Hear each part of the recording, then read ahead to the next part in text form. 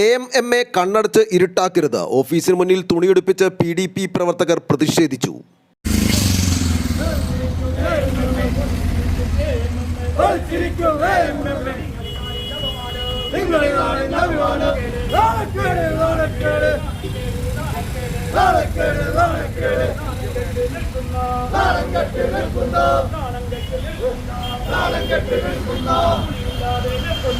സാംസ്കാരിക കേരളത്തിന് അപമാനമായി സിനിമാ മേഖലയിൽ നിന്നും ദുഷിച്ചു നാറുന്ന പ്രവണതകൾ പുറത്തുവരുമ്പോൾ യാതൊരു വിശദീകരണവുമില്ലാതെ AMMA എക്സിക്യൂട്ടീവ് പിരിച്ചുവിട്ട് ഉത്തരം മുട്ടുമ്പോൾ കൊഞ്ഞനം കുത്തുന്ന നിലപാട് കുറ്റവാളികൾക്ക് സംരക്ഷണമൊരുക്കാനാണെന്ന് PDP ആരോപിച്ചു.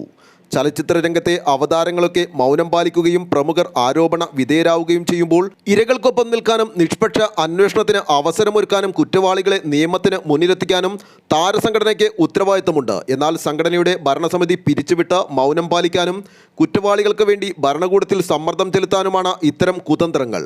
ആരോപണ വിധേയരായവർ നിരപരാധികളാണെങ്കിൽ അവരെ സംരക്ഷിക്കാൻ ഒപ്പം നിൽക്കുക എന്ന ഉത്തരവാദിത്തം പോലും ഒരു സംഘടന മറക്കുന്നത് കേട്ടുകേൾവിയില്ലാത്തതാണ്. ഹേമ കമ്മീഷൻ റിപ്പോർട്ട് നടപ്പിലാക്കുകയും കുറ്റവാളികളെ നിയമത്തിന് മുന്നിലെത്തിക്കുകയും ചെയ്യണമെന്ന് PDP സംസ്ഥാന ജനറൽ സെക്രട്ടറി അജിത് കുമാർ ആസാദ് പറഞ്ഞു. PDP മേഖലാ കമ്മിറ്റി AMMA ഓഫീസിലേക്ക് നടത്തിയ പ്രതിഷേധ സമരം ഉദ്ഘാടനം ചെയ്ത് സംസാരിക്കുകയായിരുന്നു അദ്ദേഹം. നിരവധി കേസുകളെ അത് ബാധിക്കും, അതുകൊണ്ട് തള്ളിക്കളയും. അവിടെ എന്താ സ്ത്രീക്ക് എന്ത് പ്രാധാന്യം കൊടുത്തത്? രാജ്യത്തിന്റെ ചീഫ് ജസ്റ്റിസ് ആയിരിക്കും ഒരു നിയമം. അവിടെ സ്ത്രീ കൊടുക്കുന്ന പരാതിക്ക് യാതൊരു വിലയില്ല.